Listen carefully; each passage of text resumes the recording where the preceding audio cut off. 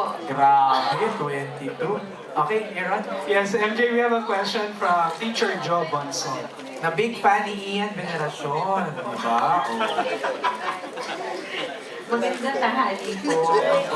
Kasi, Sweet. congratulations po sa God to Believe. Lahat po ng fans nagtatanong din sa akin. Kasi po yung mga estudyante ko, yung number one fan nyo. Ang tanong po nila, what are the other stories of ending? Yung what ending? Paano kayo magtatapos? Yung ano yung mga napag-isipan niyo pong ending na before niyo na decide na ito yung ending niya. Pero although yun po yung inyong plot, na hanggang doon na lang po, meron po ba kayong narinig din sa mga fans na suggestions? Ganyan. Okay, so in a nutshell, direct, ano yung mga kinoconsider nyo ending ng Got to Believe? May mga options ba kayo? Are you listening to fans? Ano ba? Options? Parang, of course, in your brainstorming, lalabas yan. No? There will be many options. But for, dun sa na-decide na, hindi na, di ba? Meron na talagang na-set, no? Sila kasi Henry? there are suggestions, but more than suggestions from the fans, these are speculations. Natuwa ako na pagpasok ng book 2, marami silang hinuhula. Like, hindi naman totoo may amnesia si Ryan. Kunwari lang to, ganyan-ganyan. Natutuwa kami kasi at least, no, nakikisali sila. But we were not reacting. I personally, hindi ako nagre-react because I want them just to enjoy, no, speculating and making hula and magulat na lang sa ending kung ano tong ending. It means kasi very, na-reactive sila dun sa, sa soap. Si Hen ba kami masarap? MJ, si Henry. Oo. Hello, nandito po ako. May definite ending kami.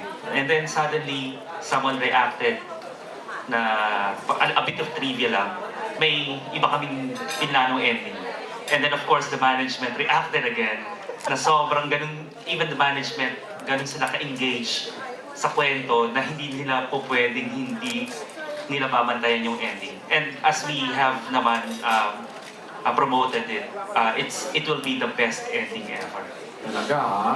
Kinonsult mo ba yung dalawa, si DJ sa kasi? Wala yung mga yung pakialam sa ending. Wala silang input. For our last question, Aaron, tanungin ko na si Kuya Ian. Kuya Ian, tinanong namin kasi si Carmina and Benji kanina. Ano yung masasabi nila sa, na-discover nila acting-wise kay DJ and kay Catherine? Sa'yo naman, ano discover mo kay DJ since siya yung madalas mong ka-eksena? Sabi niya, napaka-astig na tao daw niya. Hindi. Pero si DJ, noong una, syempre, hindi pa kami nagkakasama dati. So, tansya-tansyahan pa. Pero sandali lang, nag-click agad na, wala, feeling ko anak ko, feeling ko barkada ko. So, nagkakasama kami sa taping at sa labas ng taping. Madalas kami nagkakasama. So, wala, cool na cool. Tsaka as an actor, ang bilis-bilis, syempre sa guidance ni Direk Cathy, ang bilis-bilis nila na nakukuha yung gusto nila Direk. Yung gusto niya direct. For Ian, Carmina, and Benji, sa tingin niyo ba si DJ at si Katrina? Based sa inyong mga napapansin off-cam, sa tingin niyo ba si DJ at si Catherine ay mag-on na? Ano? Tanong lang naman yun Daniel.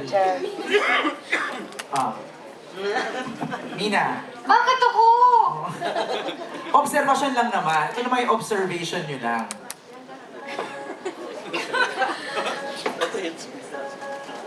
Ayan. Diyan tayo magtatapos.